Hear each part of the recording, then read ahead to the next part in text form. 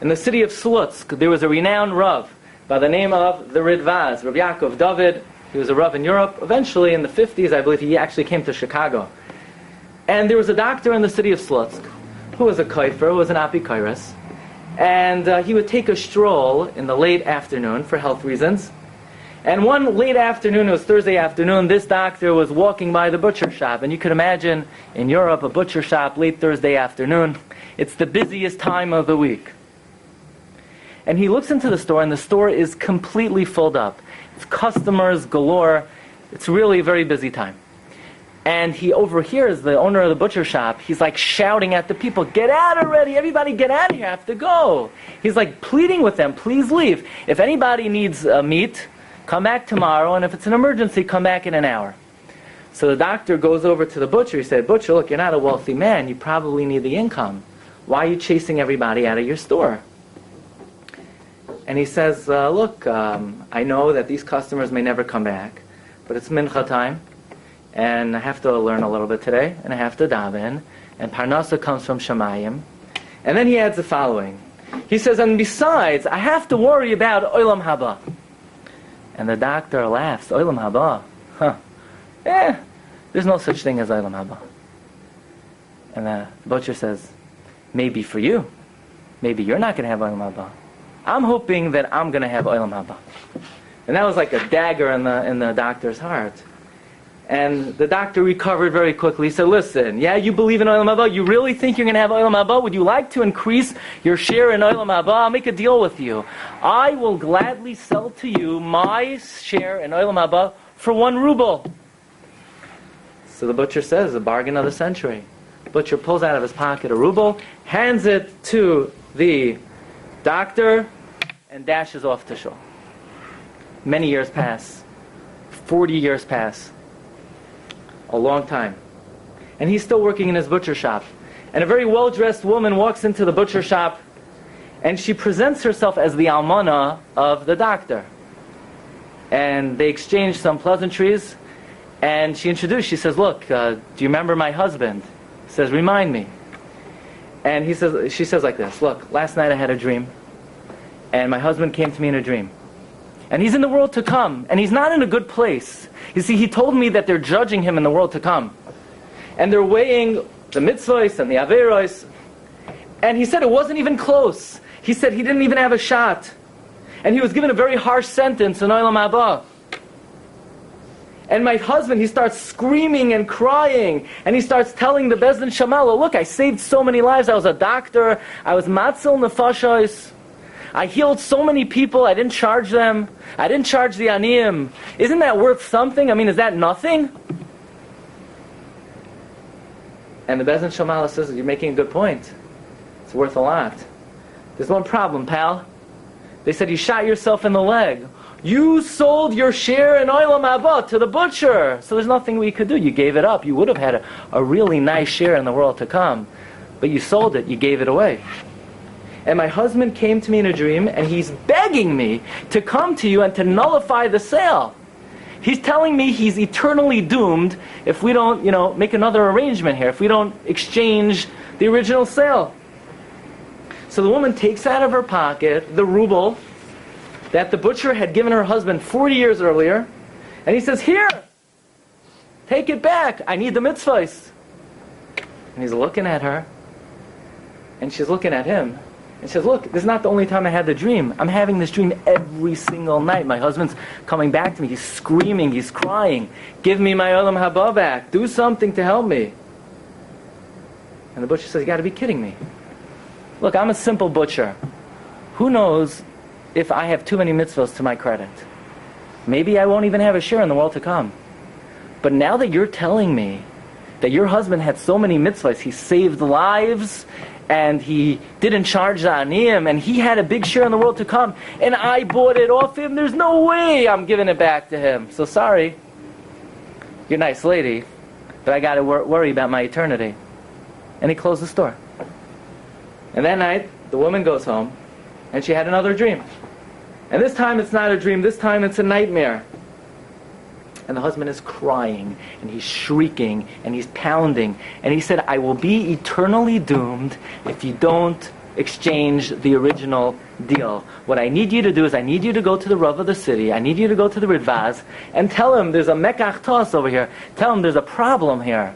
We got to exchange the original deal. And she goes to the shul, and she waits outside. And she waits for the Rav to come out of the shul, and the Ridvaz sees her. And I'm not sure how many Rabbanim would actually take such a thing seriously, but he took it very seriously. And he said, tomorrow we're going to have a din Torah. So the Rav summoned the woman, the Rav summoned the butcher to a din Torah that he says is going to take place in the main shul of the city. And it's like the town is abuzz. They never heard such a crazy court case. It's not, nobody's suing anybody. The woman is suing the guy for her husband's olam haba. This is a ma'isa shahaya. And the entire shul fills up, and people are chattering, and people are yapping, and people are talking. It was on every WhatsApp, whatever that was back then. And everyone's offering their opinion, everyone's offering what they feel the halacha should be. And the woman gets up, and she says her side of the story. And he says his side of the story. And the Ridvaz says, give me 30 minutes. In 30 minutes, I'm going to come out of my office. I'm going to issue a psak din. And 30 minutes later, and you can imagine, everybody's offering their opinion. Everybody's saying, some people are siding with her, some people are siding with him. And everybody has their opinion. And the Ridvaz comes out 30 minutes later. And just bear with me, I never gave this class before, and I was quite sick today. The Ridvaz came out 30 minutes later, and he said, the psak is as follows. It has 3 segments to the psak. The first chapter of the psak is, the sale is batal, the sale is nullified, the sale is null and void. And everyone has like a palpable sign of relief. Everyone's like, phew. The sale is void. The Ridvaz explains, olam haba is not a tangible item. It's not a house. It's not a car. It's not an entity that you could transfer from one owner to the next. Olam haba is the light, the illumination that is created when you do a mitzvah that shines in your neshama. You can't buy it, you can't sell it. Limashal, the Ridvaz says, you hire a forester, you hire a woodsman, you hire someone to chop down the wood of your forest. And you tell him, I'm giving you $500 to chop down the wood of my forest for a month.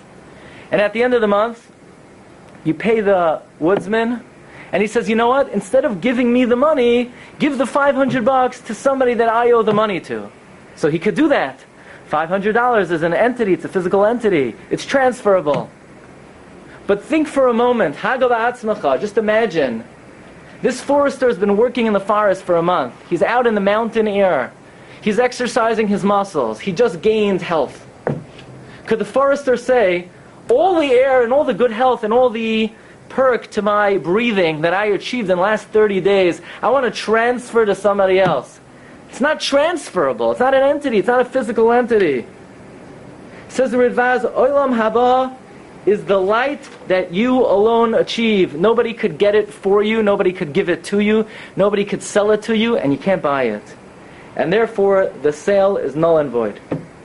That's the first segment of the psak. Says the Ridvaz, but not so simple. The doctor lost his share in the world to come. And everybody gasps. The doctor lost his share in the world to come. That's right, the Ridvaz says. Because the Gemara tells us that it is possible for a person to lose their mitzvahs. The pasuk says, Tzidkas hatzadik lo yikatzilenu b'yom pishav. That a person's righteousness possibly cannot help them. When will a person's righteousness not help them? The Gemara says if you're mischared, if you regret what you did, then you lose what you did. And this doctor was not interested in his mitzvahs. He forfeited his mitzvahs. He sold his mitzvahs. The Gemara says in Kedushin that if you don't value Olam Haba, then you don't get Olam Haba. And this doctor sold his share in the world to come, so he lost his share in the world to come. And everyone's devastated. Here, the poor doctor, not only did he lose his ruble, right? Not only does the ruble go back to the butcher, he also lost his share in the world to come. And finally, says the Ridvaz, one last clause. The Kiddush Hashem that came about through this court case was so magnificent, was so overwhelming. And who was the cause of this Kiddush Hashem? The doctor. That Kiddush Hashem can never be taken away from him. The Mishnah says in Avos, Hamezakes harabim, zechus harabim taloi boy. That if you make the multitude righteous, the zechus goes to you. Says the Ridvaz, what was the Kiddush Hashem that came about as a result of this court case? Says the Ridvaz that the Kiddush Hashem was unfortunately to most Jews, and when I talk about Jews, I mean us, from a Yidden, observant Jews. To most Jews, the concept of Olam Haba is just a concept. It's just words. Yeah, Olam Haba, it's just an idea. But do we live our lives worried about Olam Haba? Yes, I know, we live our lives worried about our houses, we live our lives worried about our clothing, we live our lives maybe worried about our children, but do we live our lives worried about Olam Haba? Are we worried, what's our house going to look like forever and ever and ever and ever? Or are we just worried about the tiles of our house for the next 60 years? Which is more important? Which is longer? Which is a more important investment? Says the Ridvaz, people mistakenly relegate Olam Haba to the conceptual, to academic. And people don't take it seriously. People don't think about it. It's not on people's minds. But through this court case, Olam Haba became more of a reality. It became something real. It became something that people think about. It became something that people worry about. From this court case, people realized life is not a joke. Life is important. What you do matters. What you say matters. What you think matters. And it matters forever and ever. And this insight and this understanding that came about as a result of this court case, says the Ridvaz, accrues to the merit of this doctor. And therefore this zechus that he has will protect him from any punishment in Olam Haba. You've just experienced another Torah class brought to you by TorahAnytime.com.